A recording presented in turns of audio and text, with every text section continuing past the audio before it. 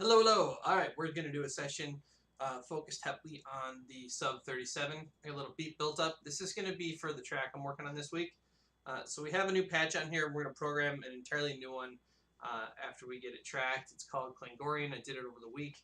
This is a duophonic patch. It's got some modulation that's synced up. It's pretty cool. It's really gritty, and it should form for a pretty cool baseline for kind of a breaks tech house thing that we're going to be doing here. So here's the beat that I have started. This is just a lo-fi beat.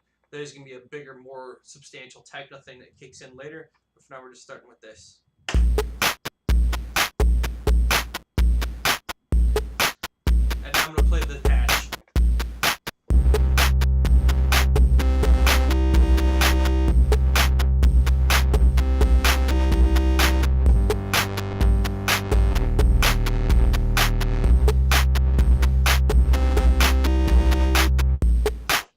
Alright, so did you guys hear how that all went? It sounded pretty cool. One of the main things we're going to focus on today when we're building up the patch again is we're going to talk about the filter, how resonance works with it, how the slope works with it, the cutoff. So we're going to really go into a lot of what that means, a lot of what that means for the Moog. And what we're really doing here is we're showing off some of the capabilities of the sub 37. Some of the folks in the forum asked about it, and I know some of this is some very cornerstone stuff for subtractive synthesis, and it's also one of the things that makes Moog just an amazing company because their filter, the ladder filter, is one of the most revered sounding filters of any manufacturer, often emulated, never duplicated. So we're going to play with the real thing here today. So I'm going to keep the sub 37 up on screen so that you can see what I'm doing with it as I program up a patch. And again, we're going to focus in on the filter in a minute. But for now, let's get that tracked in.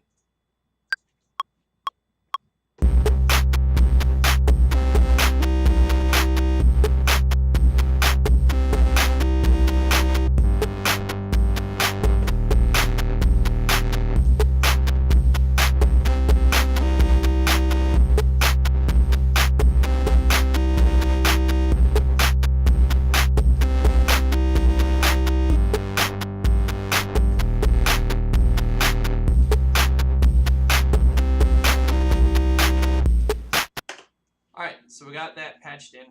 Let's just check our MIDI to make sure everything is all good. And then we'll actually get started here.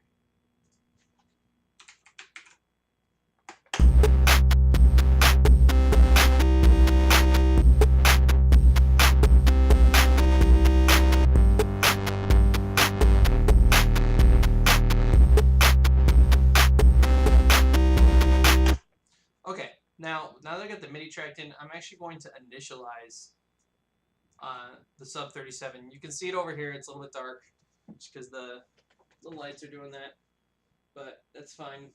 I can see it, and you can see the front panel in the software, so you'll still be able to see everything that I'm tweaking. So the first thing I'm going to do is I'm going to initialize it. So you just hold edit down, get you back to an initialization patch. No modulation, no tone, no filter on it. And now we're going to let it run while we program up this synth, and we're going to be very, very descriptive as we talk about how the resonance is affecting everything. Ready? Let's do this.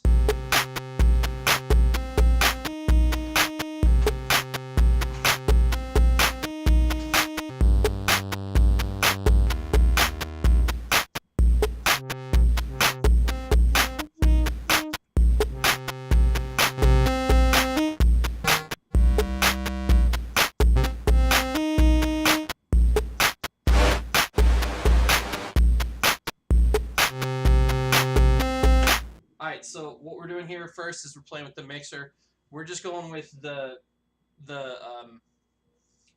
going to play with the first oscillator in order to get this tone for now. We may add in the second oscillator, some noise or feedback later, but right now we're just doing one oscillator. So everything else is turned all the way down. Not off, because I don't really need to turn it off, but for now, see it moving on the screen there? Cool.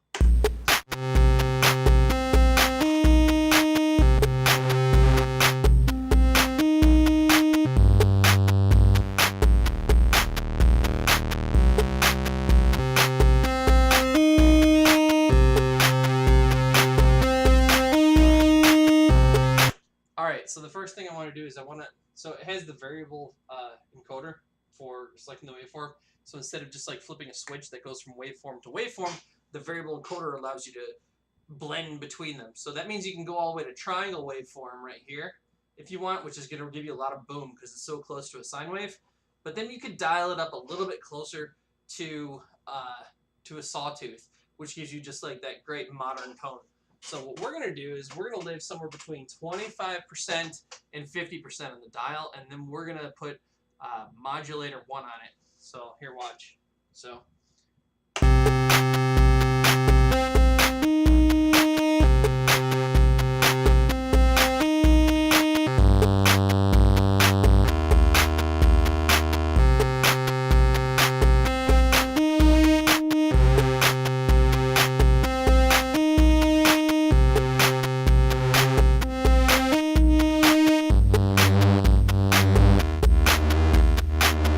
Alright, do you hear the motion, the modulation? It sounds pretty cool.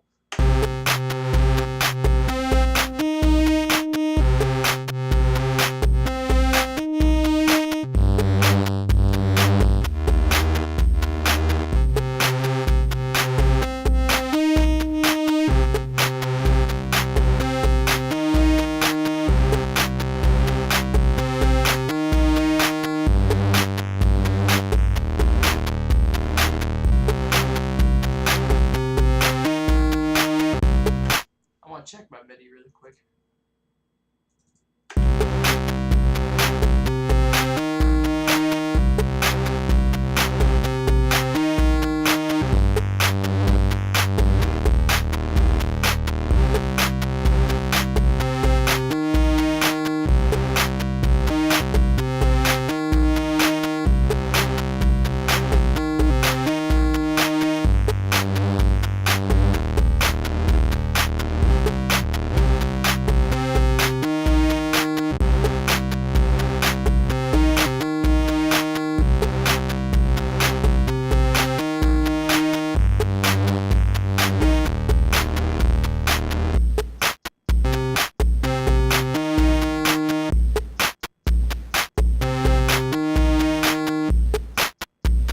Alright, we're looking good on the MIDI. Now we're going to start playing with the filter.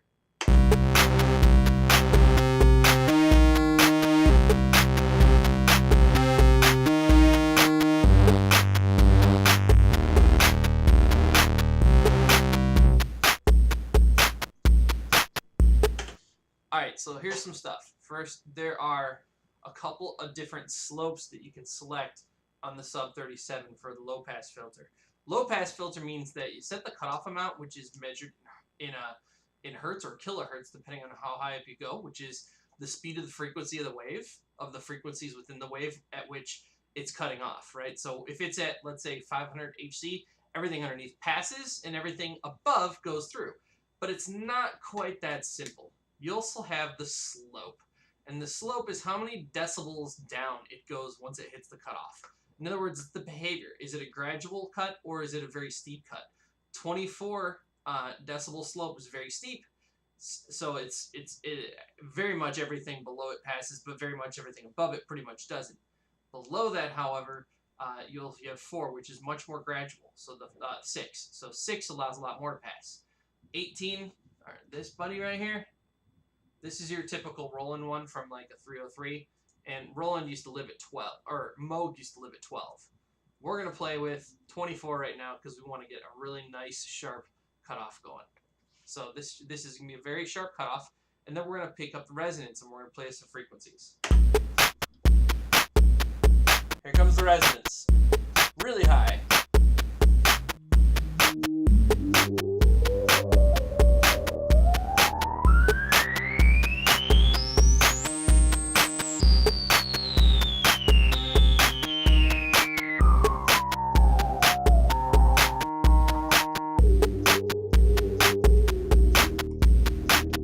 Alright, so there's some pieces to this that are worth noting. So if you think about resonant frequency, when you think about like a brass instrument, it's designed based on its size and the physical layout of it actually to have a resonant frequency.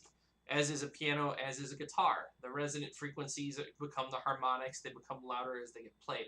That's what this is really trying to emulate, is almost, it was almost a stab at physical modeling because certain substances would resonate at certain frequencies based on their density, things like that. So what this does is it means that at certain places, specifically set by the cutoff, frequencies right there go really high before they get cut off, right? So what we're talking about is accentuating the harmonic mix at the point of cutoff. So here's how it sounds.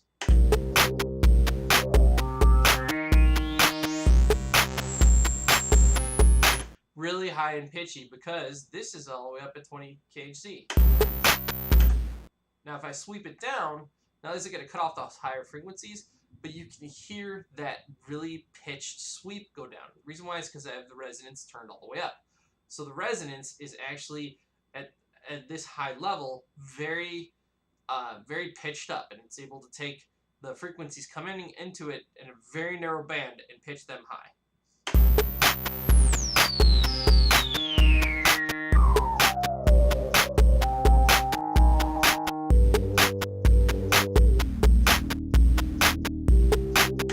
Okay, we're going to add some keyboard tracking. Adding keyboard tracking, if you add all the keyboard tracking, what it means is the filter open when you're at the top, but not open at all at the bottom.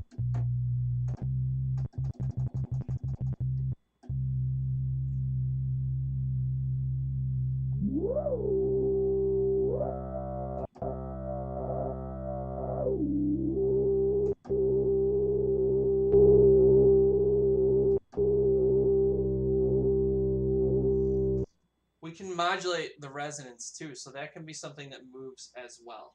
And I'm going to do that by mapping it to modulator 2.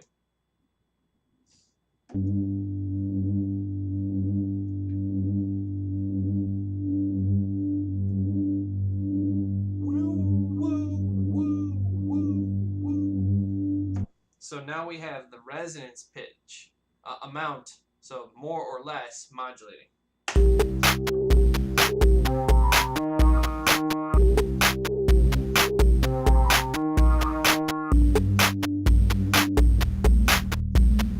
Alright, I'm going to dirt this up with some extra drive, and I'm going to take the filter generator here, the envelope generator that's attached to the filter.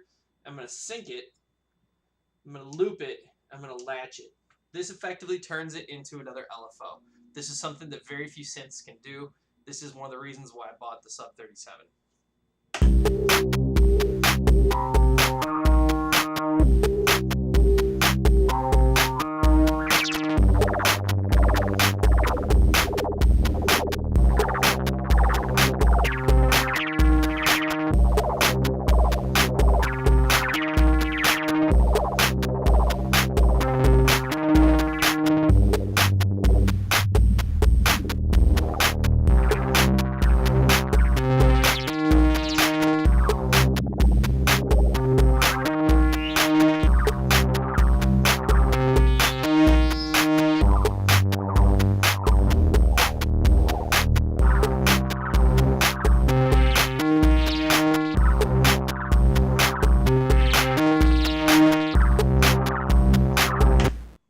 Patch coming along now. It's pretty cool. It's got a lot of energy in the highs. It has a nice low end being held down.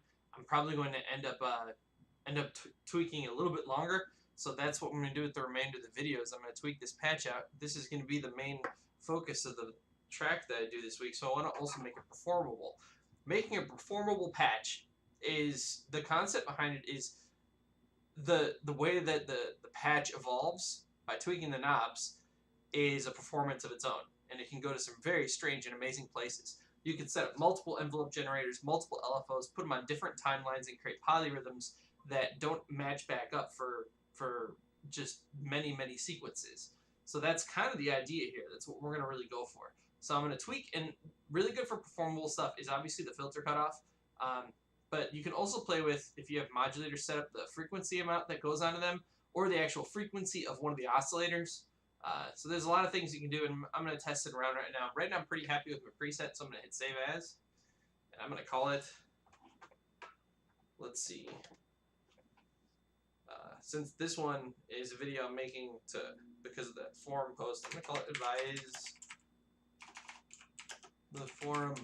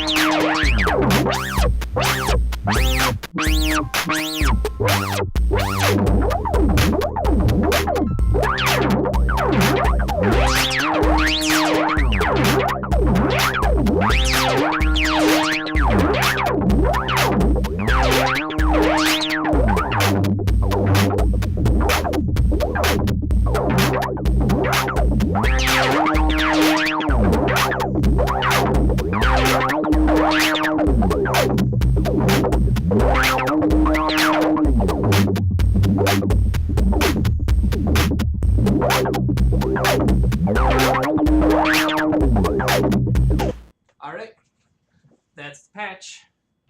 So the patch itself has a musicality. I really like the way it's very morphy, and it can go to a really strange place. Really, to make it a little better, I might throw a little delay on this one, maybe a little compression. So let's give that just a quick shot.